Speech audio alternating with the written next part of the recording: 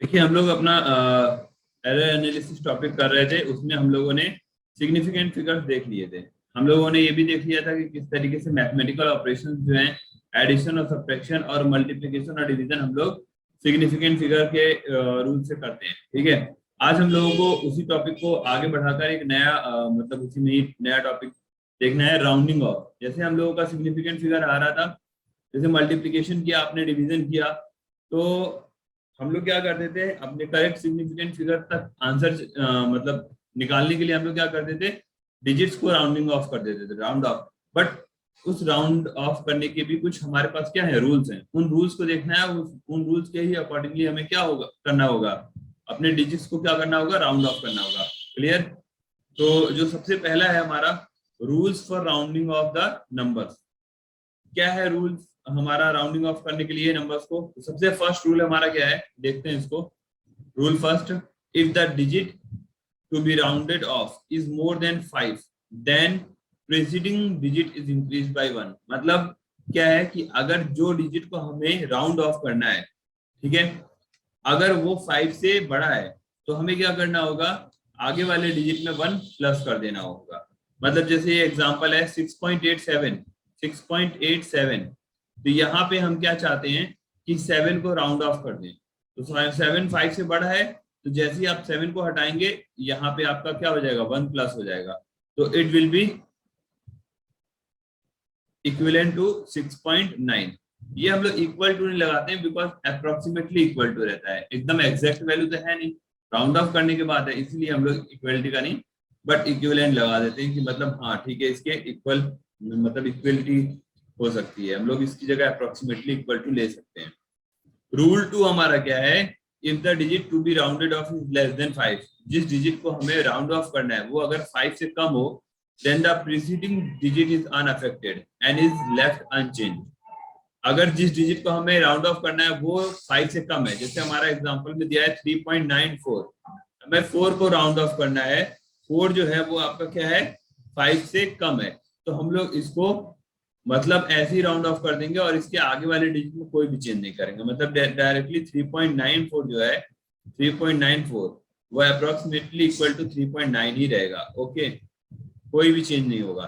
Next जो है हमारा क्या है, रूल 3। रूल 3 क्या है, अभी हम लोगों ने बात कर लिया 5 से बड़े के लिए और 5 से छोटे के लिए। 5 से बड़े के लिए 1 प्लस कर देना है, 5 से छोटे के लिए 1 नहीं, मतलब कुछ भी नहीं करना है, ऐसे ही छोड़ देना है। बट अगर if the digit to be rounded off is 5, अगर डिजिट जो हमें राउंड ऑफ करना है वो अगर 5 हो, then the preceding digit is increased by 1 if it is odd and it is left unchanged if it is even। मतलब क्या है कि अगर आपका 5 है तो उससे पहले के नंबर को देखेंगे, प्रीसीडिंग डिजिट को, अगर वो ऑड है तब तो हम लोग 1 प्लस करेंगे, और ऑड नहीं है, इवन है, तो हम लोग ऐसे छोड़ देंगे। जैसे कि अगर हम लोग इस वाले एग्जांपल को देखें तो 14.35, हमें 5 को राउंड ऑफ करना है, इससे पहले वाला नंबर क्या है, ये ऑड है आपका, 3 जो है ऑड नंबर है, तो हम लोग क्या करेंगे, 1 प्लस कर देंगे, तो 14.4 हो जाएगा। सिमिलरली अगर इस नंबर में देखें, जैसे 14.45, यहाँ पे 5 को हमें राउंड ऑफ करना है, 4 क्या है हमारा, इवन नंबर है, तो हम लोग जो राउंड ऑफ करेंगे तो इसको ऐसे ही छोड़ देंगे बिना चेंज किए हुए, मतलब 14.4 ही रहेगा। क्लियर? ये 3 रूल्स है हमें राउंड ऑफ के, और ये हमें यूज करने हैं जब हमें करेक्ट सिग्निफिकेंट फिगर्स तक वैल्यू निकालनी रहेगी। क्लियर? अब जो हमारा नेक्स्ट टॉपिक है वो हमारा है एरर्स इन मेजरमेंट। मतलब हम लोगों की एरर एनालिसिस कर रहे हैं, तो अब हम लोग ये देखेंगे कि किस किस टाइप की एरर्स जो है हम लोग मेजरमेंट में अपने देख सकते हैं। ओके, नेक्स्ट हम लोग राउंडिंग ऑफ के बाद जो हमारा नेक्स्ट टॉपिक है वो हमारा एरर्स इन मेजरमेंट। मतलब किस किस टाइप की एरर्स जो है हमारे मेजरमेंट में होती है। ठीक है, तो सबसे पहले हम लोग ये समझते हैं आखिर ये एरर होती क्या है। एरर क्या होती है, हमारा difference between true value and the measured value of a quantity. कोई भी क्वांटिटी है उसकी दो वैल्यू होंगी, जाहिर सी बात है। अगर मान लीजिए ये हमारी पेन है, ठीक है, इस पेन की ट्रू वैल्यू, मतलब ऑलरेडी जो मैन्युफैक्चरिंग जहाँ हुई है उन्होंने बताया कि इसकी 10 सेंटीमीटर लेंथ है, तो ये उसकी क्या हो गई, ट्रू वैल्यू हो गई। अब यही पेन को हमें मेजर करने के लिए दे दिया जाए स्केल से, कि हम चलो इस एक्सपेरिमेंटली इसको मेजर करते हैं कि इसकी लेंथ कितनी है। तो जो हमने मेजर किया एक्सपेरिमेंट से वो हमारी क्या हो गई, मेजर्ड वैल्यू हो गई। अब इस ट्रू वैल्यू और मेजर्ड वैल्यू के बीच का जो डिफरेंस होगा, मतलब जाहिर सी बात है अगर इसकी मतलब कंपनी की मैन्युफैक्चरिंग इस जहां से हुई है, उन्होंने बोला कि ये 10 सेंटीमीटर की है और हमने मेजर किया आपने किसी इंस्ट्रूमेंट से और 9.9 आया, तो हमारा 0.1 का एरर आ गया। अगर हमारा 10 ही आया तो फिर नो एरर, कोई भी एरर नहीं है। और हमारा अगर ज्यादा भी आता है तब भी एरर है। ठीक है, तो बेसिकली मेन मींस क्या है एरर का? Difference between true value and the measured value. तो हम लोग कह सकते हैं यहाँ पे it is the difference between true value and the measured value of a quantity is known as error of measurement. तो यहाँ पे एरर को हम लोग क्या लिख सकते हैं? Error is equal to true value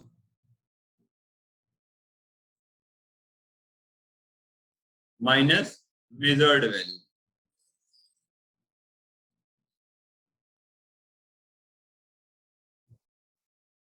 तो एरर हमारी क्या हो गई? True value and measured value. अब हम लोग ये देखते हैं कि ये हमारी जो एरर्स होती हैं डिफरेंट डिफरेंट रीजन से आती हैं, इसका मतलब डिफरेंट डिफरेंट टाइप की एरर हो सकती है। तो जो नेक्स्ट हमें टॉपिक देखना है वो हमें क्या देखना है? Types of error. Types of error.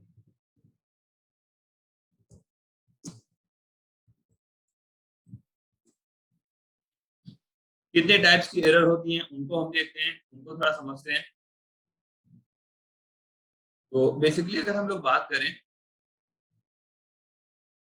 जो हमारी एरर होती है उसको हम लोग डिफरेंट बेसिस पे क्लासिफाई कर सकते हैं। सबसे पहले हमारा क्या होगा? Systematic error. अगर हम लोग यहाँ पे फ्लो चार्ट से समझ लेते हैं बहुत आसानी रहेगी। तो एरर जो होगी वो हमारी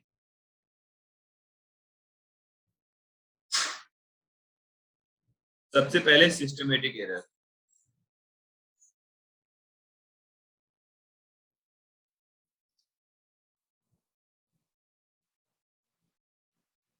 देन रैंडम एरर,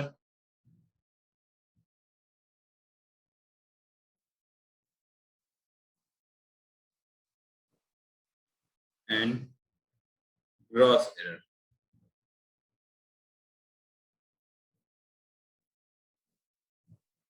यह सिस्टमेटिक एरर है, इसको भी फर्दर हम लोग क्लासिफाई कर सकते हैं, इसको भी हम लोग ब्रेक डाउन कर सकते हैं। तो ये हमारा फर्दर क्लासिफाई हो जाएगा।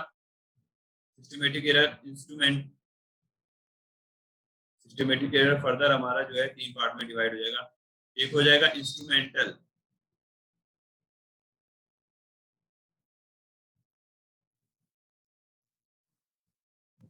और दूसरा हो जाएगा हमारा ऑब्जर्वेशनल,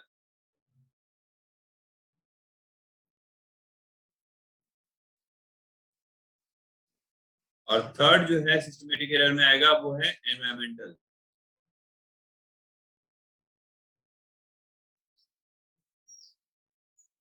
तो ये बेसिकली हमारा क्लासिफिकेशन हो गया पूरे एरर का। तो एरर में जो सबसे पहली एरर है वो हमारी क्या है? सिस्टमेटिक एरर है। सिस्टमेटिक एरर को अगर हम समझे तो सिस्टमेटिक एरर क्या होती है?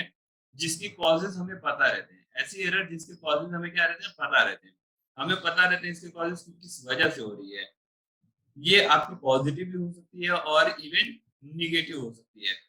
और अगर हमें इसके कॉजेज पता है तो इनको हम लोग क्या कर सकते हैं? मिनिमाइज भी कर सकते हैं। ठीक है, तो अगर हम लोग इसको थोड़ा सा एक्सप्लेन करें, यहाँ पे लिखें कि सिस्टमेटिक एरर, तो हम लोग बस इतना लिख सकते हैं कि इसके कॉजेज हमें क्या रहेंगे?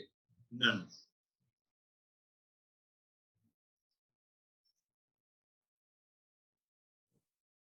तो सिस्टमेटिक एरर के जो हमें कॉजेज होते हैं, जिस वजह से होती है, वो हमें पता रहते हैं।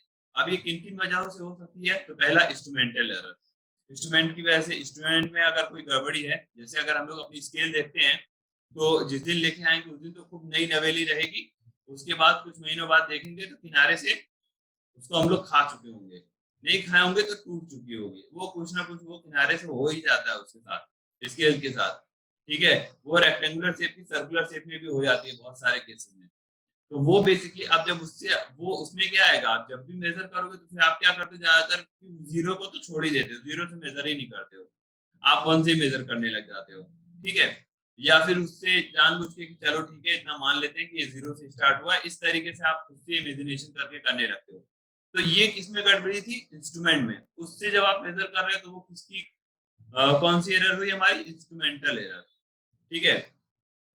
या फिर हो सकता है कुछ मैन्युफैक्चरिंग डिवाइस मैन्युफैक्चरिंग इश्यूज भी हो, तो उसमें भी आपका आ जाएगा। तो ये हमारा क्या आ गया, मैन्युफैक्चरिंग मैन्युफैक्चरिंग की वजह से भी हो सकता है इंस्ट्रूमेंट में गड़बड़ी, मैन्युफैक्चरिंग डिफेक्ट भी हो सकता है ना। तो ये इंस्ट्रूमेंटल एरर हो सकती है मेनली। और भी हमने बताया किसी और नन कार्य से, नन प्रोसेस से हमारा इंस्ट्रूमेंटल एरर। नेक्स्ट जो है हमारा क्या है, ऑब्जर्वेशनल एरर। तो बेसिकली ऑब्जर्वेशनल एरर में क्या आता है, ये हम लोग का, अगर हम लोग एक्सपेरिमेंट कर रहे हैं, ठीक है, और हमने प्रॉपर सेटिंग नहीं की एपरेटस की, हमारे केयरलेसनेस की वजह से, वो हमारी क्या हो गई, ऑब्जर्वेशनल एरर, कि हम लोग प्रॉपरली ऑब्जर्वेशन नहीं कर पा रहे उसका। तो इम्प्रॉपर सेटिंग हम लोग कह सकते हैं, ऑब्जर्वेशनल किसकी वजह से हो सकती है, इम्प्रॉपर सेटिंग ऑफ एपरेटस।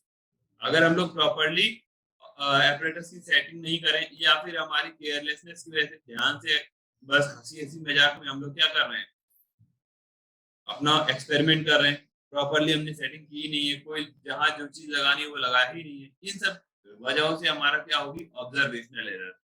जो थर्ड टाइप की सिस्टमेटिक एरर होती है वो हमारी क्या होती है, एनवायरमेंटल एरर। तो अगर मान लीजिए कुछ एरर्स ऐसी भी होती है जो हमारे एक्सटर्नल एनवायरमेंट में चेंजेस होने की वजह से, जैसे टेम्परेचर चेंज हो गया, प्रेशर, ह्यूमिडिटी, इन सब की चेंजेस की वजह से, ठीक है, जो हमें एरर आती है वो हमारी क्या होती है, एनवायरमेंटल एरर। टेम्परेचर की वजह से, प्रेशर की वजह से, ह्यूमिडिटी की वजह से, ये सारी एरर हमारी क्या हो गई, आपकी एनवायरमेंटल एरर। तो बेसिकली हम लोगों ने देखा कि एरर हमारे नॉन कॉजेज से, मतलब सिस्टमेटिक एरर से तीन टाइप की होती है, इंस्ट्रूमेंटल, ऑब्जर्वेशनल और एनवायरमेंटल। तीनों टाइप को हम लोगों ने डिस्कस कर लिया। हम लोग को पता है, जैसे हम लोगों ने सिस्टमेटिक एरर में बताया कि कॉजेज नन रहते हैं, हमें पता रहते हैं, इनको रिमूव भी कर सकते हैं।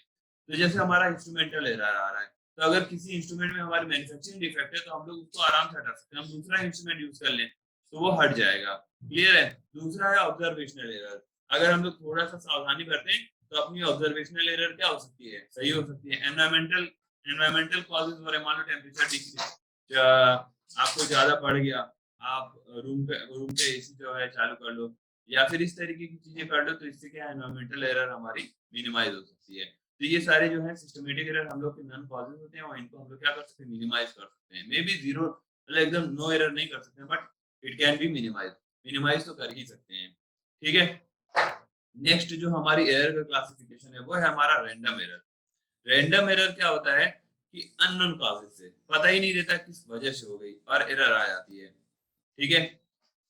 बेसिकली ये आपका वेरिएबल्स के जो हमारे मैग्नीट्यूड रहता है या फिर उनके साइन रहते हैं, इन सब की वजह से ये हम लोग प्रॉपर्ली प्रिसाइसली अपना किसी वर्क को नहीं कर पा रहे हैं, और मतलब एक सेम टाइप की ऑब्जर्वेशन हम लोग बार बार ले रहे हैं किसी कंडीशन में, और रीडिंग जो है डिफरेंट आ जा रही है। इन सब वजहों से हमारी क्या होती है, रैंडम एरर। तो ये हमारे, हम लोग कह सकते हैं रैंडम एरर जो होती है due to unknown causes. Random error जो होती है वो हमारी क्या होती है, due to unknown causes.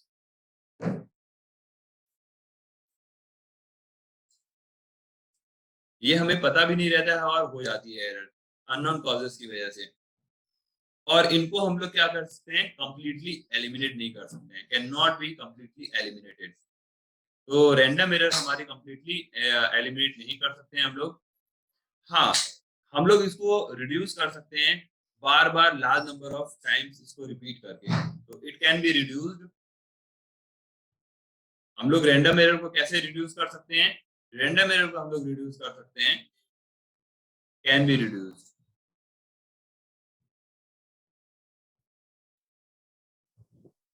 Bye repeating experiment.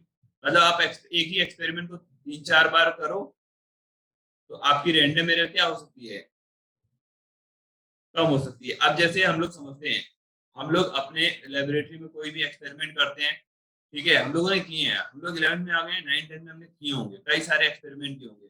तो हमसे टीचर्स क्या बोलते हैं कि दो तीन रीडिंग लो, तीन रीडिंग कम से कम लो। तीन रीडिंग लेते हैं, फिर उसके बाद हम लोग उसको एवरेज निकालते हैं, ये सब करते हैं ना। तो बेसिकली तीन रीडिंग किस लिए, जबकि हमें पता है यार हमने तो सही रीडिंग ली, हमने तो सही मेजर किया है इसको, नहीं, कुछ अननोन कॉजेज भी हो सकते हैं जो हमें पता नहीं है, वो रैंडम एरर में आ सकते हैं। उन उनको मिनिमाइज करने के लिए देखिए सिस्टमेटिक एरर होगा, मान लीजिए अगर आपको इंस्ट्रूमेंट ही टूट गया है, कुछ इंस्ट्रूमेंट गलती मिली है, तो उसको आप मिनिमाइज कर सकते हो। जैसे आपका स्केल की लास्ट जीरो वाला पॉइंट टूट गया, तो आप क्या करोगे, 1 से काउंट करने लगोगे, आपने वो मिनिमाइज कर दिया।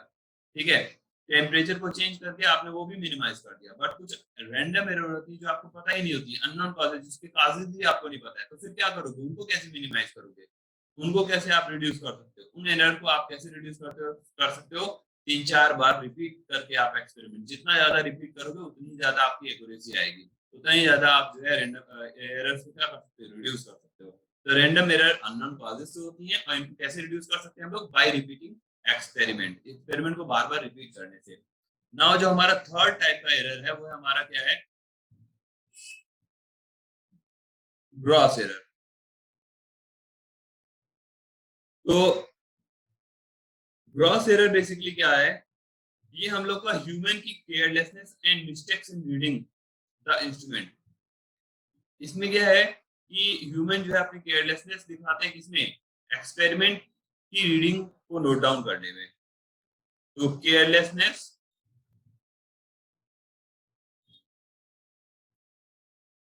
इन टेकिंग रीडिंग,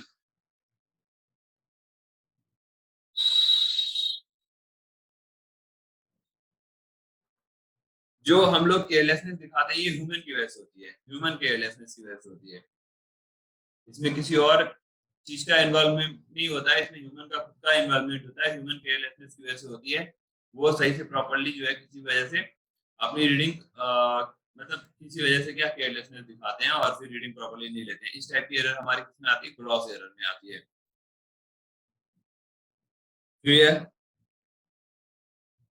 तो बेसिकली सबसे मेन एरर हमें क्या समझ में आई, जो हम लोगों को समझना है और उसको हमें वो क्या करना है, देखिए केयरलेसनेस आप प्रॉपर्ली अब अपने अंदर अगर प्रॉपर्ली किसी भी एक्सपेरिमेंट करने को का जज्बा लेके आओ कि नहीं मुझे ये प्रॉपर्ली इस तरीके का एक्सपेरिमेंट करना है और एकदम दिल से करना है, तो आप ग्रॉस एरर तो ऐसे ही हटा सकते हो, और फिर रैंडम जो आपका सिस्टमेटिक एरर है उसको भी आप मिनिमाइज कर सकते हो। कैसे, क्योंकि आप जब भी कोई एक्सपेरिमेंट करने जाओगे तो एपरेटस को सही से प्लेस करोगे, आपको ये पता होंगे कि इस अगर ये टेम्परेचर और प्रेशर अगर चेंज हुआ तो इसमें भी एरर आ सकती है, तो आप उसको भी मिनिमाइज करने की कोशिश करोगे। एंड आफ्टर दैट आप क्या करोगे, कोई उसमें किसी टाइप के सिस्टमेटिक एरर ना हो, आप प्रॉपर्ली इंस्ट्रूमेंट सही से सिलेक्ट करोगे, तो ये सारी चीजें अगर आप दिल से करना किसी भी एक्सपेरिमेंट को परफॉर्म करना चाहोगे तो ये सारी एरर आप ऐसे रिमूव कर सकते हो। एक ही एरर है जो हम लोग रिमूव नहीं, मतलब बेसिकली जिसके कॉजेज ही नहीं पता रहेंगे, जैसे रैंडम एरर, रैंडम एरर के कॉजेज ही नहीं पता रहेंगे तो इनको रिमूव कैसे कर सकते हैं।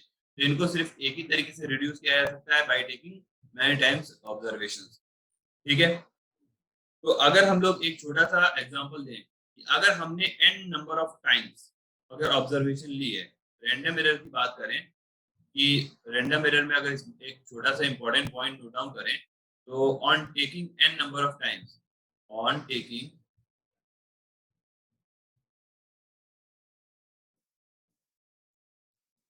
on taking observation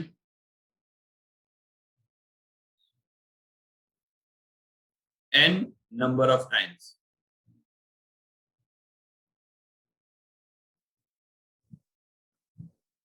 अगर आपने n number of times observation ली है तो errors can be reduced, can be reduced by 1/n times।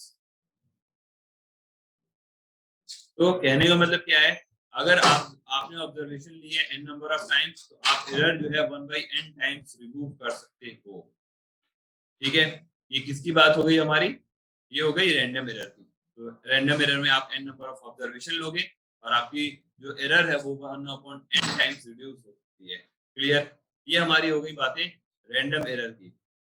और किस तरीके से बाकी सब एरर्स होती हैं उनको, उनकी अब हम लोग क्या करेंगे, अपनी जो एरर्स होती हैं उनको डिफरेंट डिफरेंट तरीके से हम लोग क्या कर सकते हैं, रिप्रेजेंट कर सकते हैं, और इन उन एरर्स को क्या करेंगे हम लोग निकालेंगे और फिर मिनिमाइज करेंगे, अपनी करेक्ट वैल्यू जो भी हमारी वैल्यू होगी उसको कैसे लिखते हैं, ये सारी चीजें अब हम लोग देखने वाले हैं। तो जो नेक्स्ट टॉपिक होगा वो हमारा क्या होगा, रिप्रेजेंटेशन ऑफ एरर्स। जो हमारा नेक्स्ट टॉपिक होगा वो हमारा क्या होगा, रिप्रेजेंटेशन ऑफ एरर्स।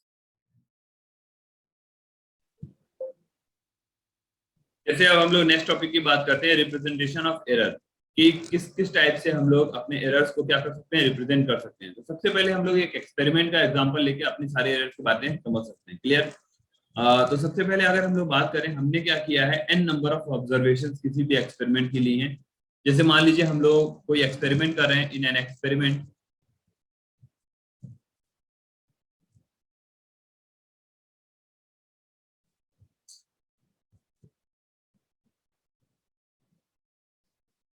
किसी एक्सपेरिमेंट में जो आपकी वैल्यूज हैं, मेजर्ड वैल्यू,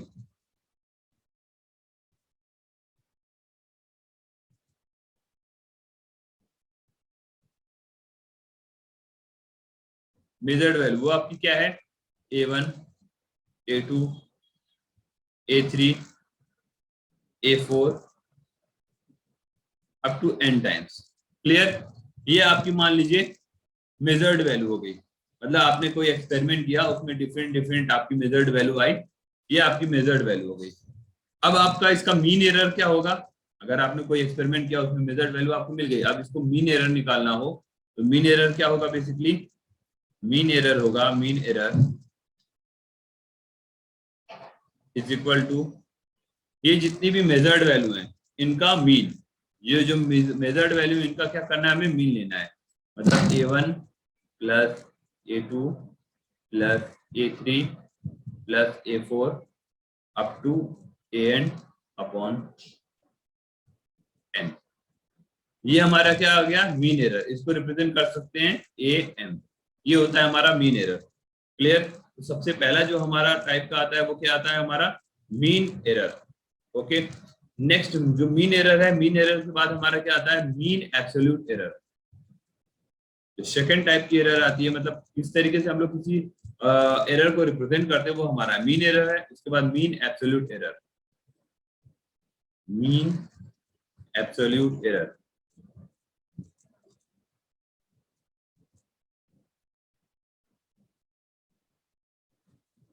तो मीन एब्सोल्यूट एरर सबसे पहले समझते हैं हम लोग कि एब्सोल्यूट एरर क्या होता है। सबसे पहले हम लोग ये समझते हैं कि एब्सोल्यूट एरर क्या होता है।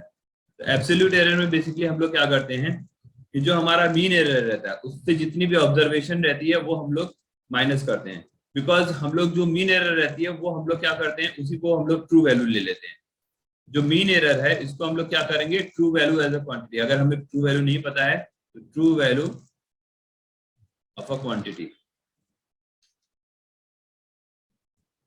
इसी को ही हम लोग ट्रू वैल्यू मान लेंगे। ठीक है? अब हमारी जो एब्सोल्यूट एरर है उसको हम लोग रिप्रेजेंट करेंगे डेल्टा A1। तो डेल्टा A1 क्या होगा, AM माइनस A1। क्लियर? इसी तरीके से डेल्टा A2, तो डेल्टा A2 आपका क्या होगा, AM माइनस A2। क्लियर? तो ये हमारी क्या हो गई, मीन एरर हो गई, सॉरी एब्सोल्यूट एरर हो गई। ये हमारी क्या हो गई, एब्सोल्यूट एरर हो गई। ओके, नाउ हमें क्या निकालना है, मीन एब्सोल्यूट एरर। तो एब्सोल्यूट एरर पता है आपको, इसी तरीके से निकालना है। इसी तरीके से अप टू n टाइम्स अगर हम लोग देखें तो delta AN is equal to AM minus AN। Clear? ये हमारा एब्सोल्यूट एरर हो गया। ये delta A1, delta A2, delta AN, ये हमारा क्या हो गया, absolute error. Mean absolute error क्या होगा, मीन एब्सोल्यूट एरर। तो मीन एब्सोल्यूट एरर की बात करें हम लोग तो होगा, लिखते हैं,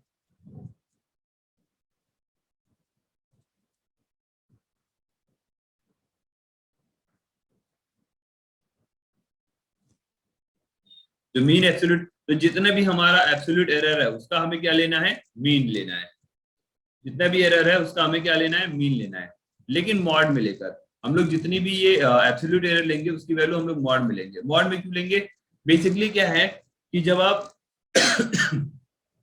यहाँ पे एब्सोल्यूट एरर निकाल रहे हो तो मीन वैल्यू में से आप जो आपकी मेजर्ड वैल्यू है वो माइनस कर रहे हो। तो मे बी जो मेजर्ड वैल्यू है वो आपके मीन एरर से ज्यादा भी आ सकती है और मीन एरर से कम भी आ सकती है। ठीक है? क्योंकि हमारी कोई वैल्यू ज्यादा भी रहती है, कम भी रहती है। तो इसका मतलब जो डेल्टा A1 डेल्टा A2 है, इसमें वैल्यू पॉजिटिव भी हो सकती है, निगेटिव भी हो सकती है। चाहे पॉजिटिव हो या फिर निगेटिव हो, है तो सब एरर, जितनी भी हैं सब एरर है। ऐसा तो नहीं है कि निगेटिव वाली एरर लोगे तो आप एरर में से एरर माइनस कर रहे हो, ऐसा कुछ नहीं है, वो भी तो एक टाइप की एरर ही है ना।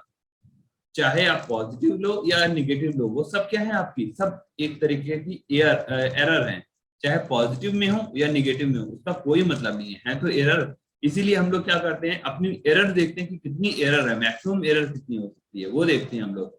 इसलिए पॉजिटिव निगेटिव हम लोग नहीं लेते हैं कि निगेटिव है तो माइनस कर देंगे, एरर थोड़ा माइनस होगी, वो तो एरर ही है। चाहे निगेटिव में आए या पॉजिटिव में आए, थोड़ा सा हमें समझना पड़ेगा इस चीज को। क्लियर? तो बेसिकली मीन एब्सोल्यूट एरर हम लोग सब मॉड में लेंगे, मतलब पॉजिटिव वैल्यू लेंगे। तो डेल्टा A2 प्लस मॉड का delta A3 and so on up to delta AN divided by n। ये आपका क्या आ गया, मीन एब्सोल्यूट एरर। ये जो सेकंड आ गया आपका, वो क्या आ गया, मीन एब्सोल्यूट एरर। नाउ जो थर्ड रिप्रेजेंटेशन है एरर का, वो है हमारा रिलेटिव एरर। जो थर्ड है वो हमारा क्या है, रिलेटिव एरर, या फिर इसको हम लोग फ्रैक्शनल एरर भी बोलते हैं। तो रिलेटिव एरर, रिलेटिव एरर, या फिर इसको हम लोग फ्रैक्शनल एरर भी बोलते हैं।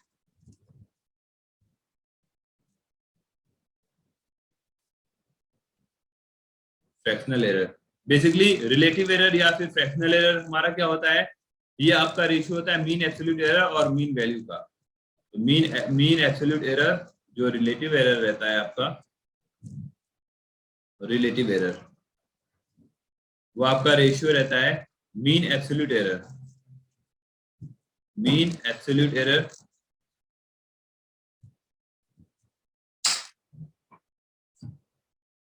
मीन एब्सोल्यूट एरर और मीन वैल्यू का आपका रेशियो रहता है।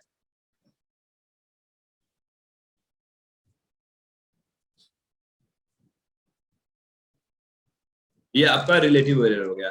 नेक्स्ट जो हमारा रिप्रेजेंटेशन है एरर का, वो हमारा क्या है, fourth percentage error.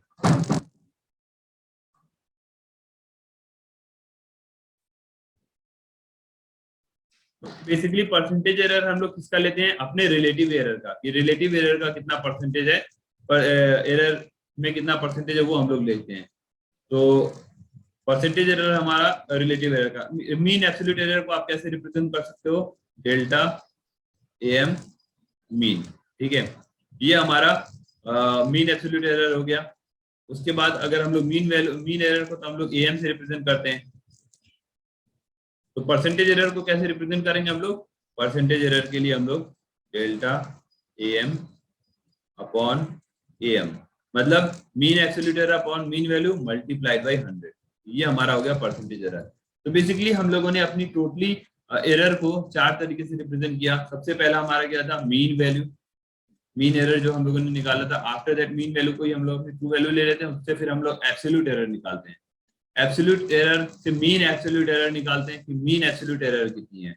After that relative error and then percentage error. Finally जो हमें निकलता है वो परसेंटेज एरर। किसी भी मेजर, जब भी हम लोग कोई मेजरमेंट करते हैं तो उसमें हम लोग को बेसिकली परसेंटेज ही एरर बतानी रहती है कि कितना परसेंट आपकी इस क्वांटिटी की मेजरमेंट में एरर है।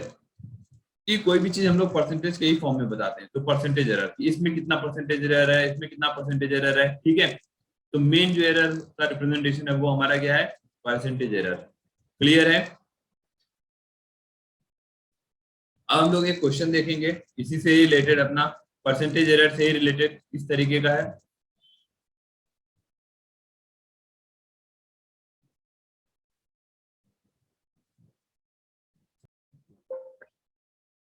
नेक्स्ट हम लोग अपने इसी टॉपिक से रिलेटेड अपना क्वेश्चन देखते हैं कि मेन एरर और relative error, mean absolute error और परसेंटेज एरर किस तरीके से निकालते हैं। क्वेश्चन क्या है हमारा, ये एनसीईआरटी का क्वेश्चन है basically. The period of oscillation of a simple pendulum in an experiment, simple pendulum in an experiment is recorded as 2.63 second, 2.56 second, 2.42 second, 2.71 second and 2.80 second।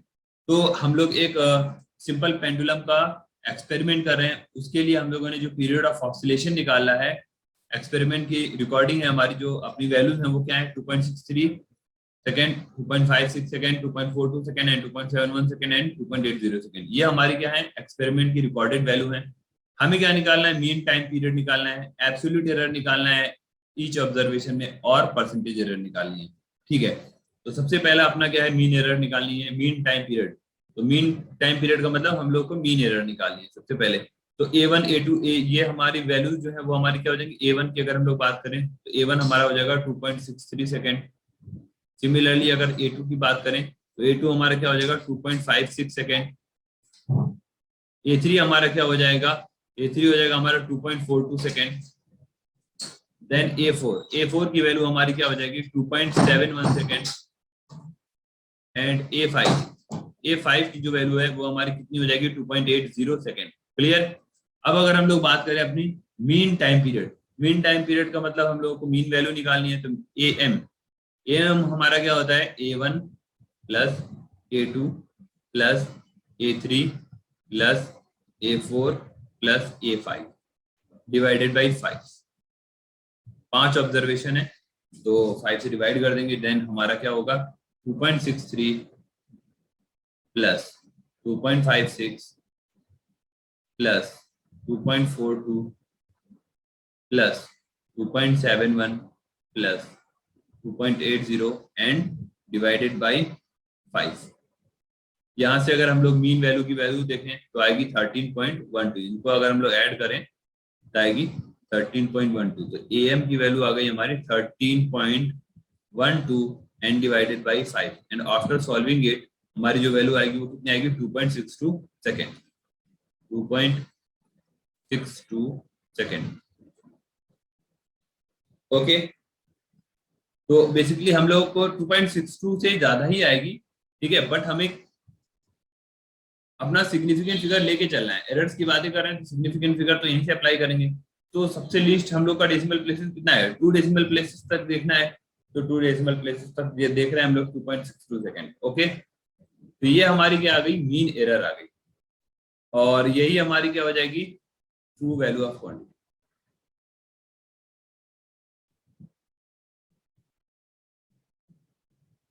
Sorry, ये मीन एरर नहीं आई है, mean value आई है, mean error नहीं। अभी error नहीं निकाले हम लोग, अभी ये क्या है मीन वैल्यू है। क्लियर, ये ट्रू वैल्यू ऑफ, और इसी मीन वैल्यू को हम लोग क्या ले लेते हैं, ट्रू वैल्यू ऑफ क्वांटिटी। तो जो हमारा फर्स्ट पार्ट था क्वेश्चन का वो क्या था, मीन टाइम पीरियड, वो तो निकल गया। अब हमें क्या निकालना है, अब हमें निकालना है एब्सोल्यूट एरर। तो ठीक है, एब्सोल्यूट एरर हम लोग निकालते हैं। ये हमारी मीन वैल्यू हो गई, तो एब्सोल्यूट एरर हमारे कैसे होंगे, डेल्टा A1 डेल्टा A1 हमारा क्या होगा AM माइनस A1, मतलब mean value minus A1। Mean value हमारी कितनी है 2.62 और A1 की वैल्यू हमारी कितनी है 2.63। तो यहाँ पे देख रहे हैं मीन वैल्यू से जो हमारी A1 की वैल्यू है वो ज्यादा आ रही है, और जो वैल्यू आएगी वो हमारी किस में आएगी, निगेटिव में आएगी, मतलब -0.01 सेकेंड। सिमिलरली डेल्टा A2 की वैल्यू देखें हम लोग, तो डेल्टा A2 आपका AM और माइनस A2, और AM हमारा 2.62, और इसी तरीके से डेल्टा A2 की वैल्यू देखें तो डेल्टा A2 हमारा क्या है 2.56।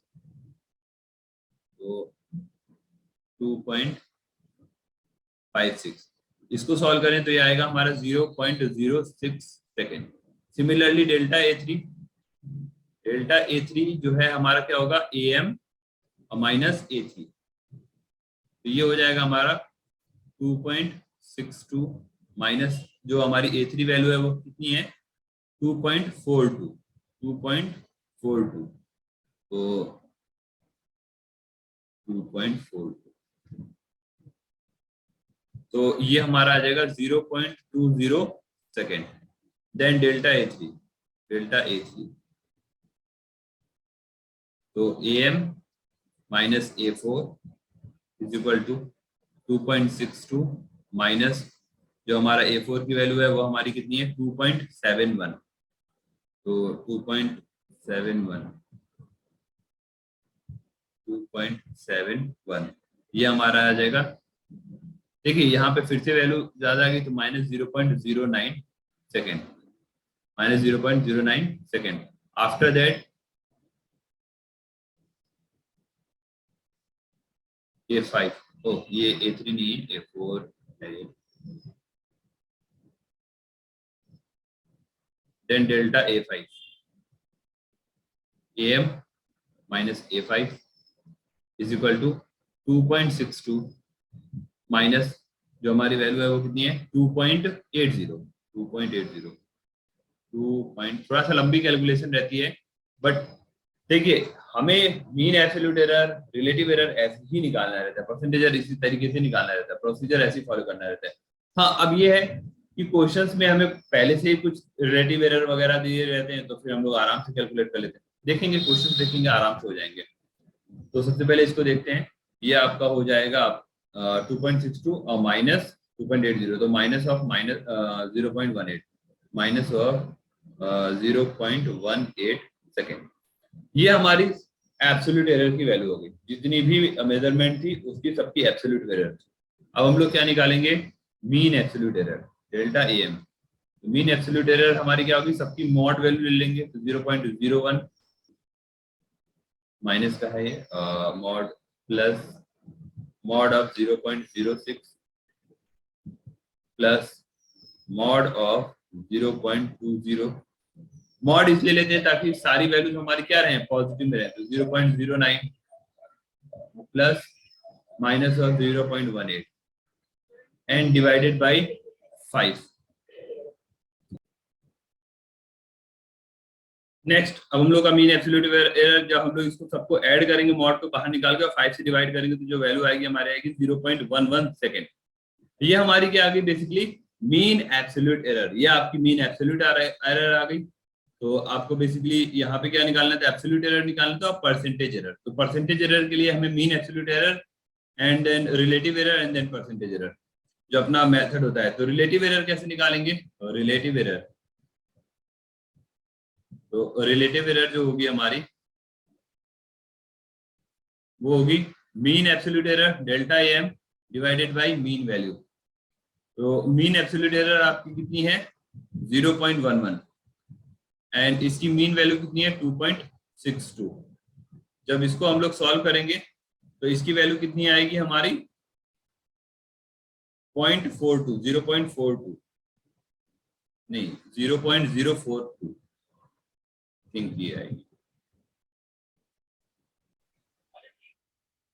तो इसकी वैल्यू आएगी हमारी 0.04198। क्लियर, ये हमारी रिलेटिव एरर की वैल्यू आई। आफ्टर दैट हम लोग क्या करेंगे, परसेंटेज एरर। परसेंटेज एरर, तो परसेंटेज एरर का फॉर्मूला क्या होता है, रिलेटिव एरर मल्टीप्लाइड बाय 100, मतलब delta AM upon AM and multiplied by 100। तो इसका मतलब डायरेक्टली ये जो वैल्यू आई इसमें मल्टीप्लाइड कर दें हम लोग 100 से, 0.04198 में मल्टीप्लाई कर दें हम लोग 100 से, तो ये आपकी वैल्यू जो आएगी वो आएगी 4.198। अब आपको डेसिमल की कितने प्लेसेस तक जाने हैं, यहाँ पे अगर हम लोग देखें तो ये डिवीजन है, तो डिवीजन में हम लोग लीस्ट सिग्निफिकेंट फिगर देखते हैं। तो लीस्ट सिग्निफिकेंट डिजिट हमारी कितनी है 2 है, तो हमें सिर्फ 2 डेसिमल तक जाना है। तो 2 डेसिमल तक हमारा हो जाएगा 8 में से अगर यहाँ पे राउंड ऑफ करेंगे तो ये अबाउट ये ओवरऑल ये हो जाएगा हमारा 4.2%। 4.2% आपकी, ये भी परसेंटेज में ही रहेगा, 4.2% आपकी परसेंटेज एरर आ गई। क्लियर,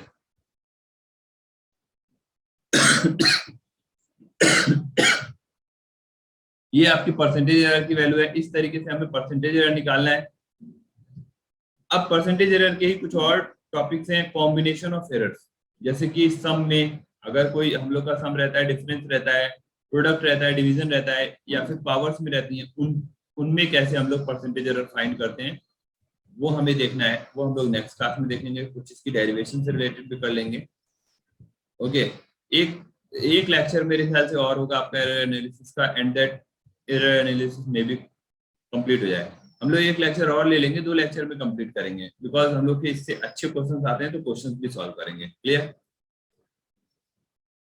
क्योंकि कुछ मेजरिंग इंस्ट्रूमेंट है उनको भी देख लेंगे अपना, जैसे एनसीईआरटी में नहीं दिया है बट वो उससे भी रिलेटेड हम लोग की जेईई मेंस और नीट के क्वेश्चंस आते हैं। जैसे आपका वर्नियर कैलिपर हो गया कि वर्नियर कैलिपर क्या होता है, एंड देन स्क्रू गेज हो गया, स्क्रू गेज क्या होता है, ठीक है, इससे भी रिलेटेड हमारे क्वेश्चंस आते हैं, तो उन दोनों को भी देख लेंगे। कुछ मेजरिंग इंस्ट्रूमेंट है बेसिकली, हम लोग उनको देख लेंगे, ठीक है। तो इस तरीके से हमारा ये टॉपिक कंप्लीट हुआ। अब नेक्स्ट क्लास में हम लोग जो इसके डिफरेंट मेथड्स और हैं हमारे, जैसे एडिशन सब्ट्रैक्शन, इनमें कैसे एरर फाइंड करते हैं, निकालते हैं, वो हम लोग देखेंगे।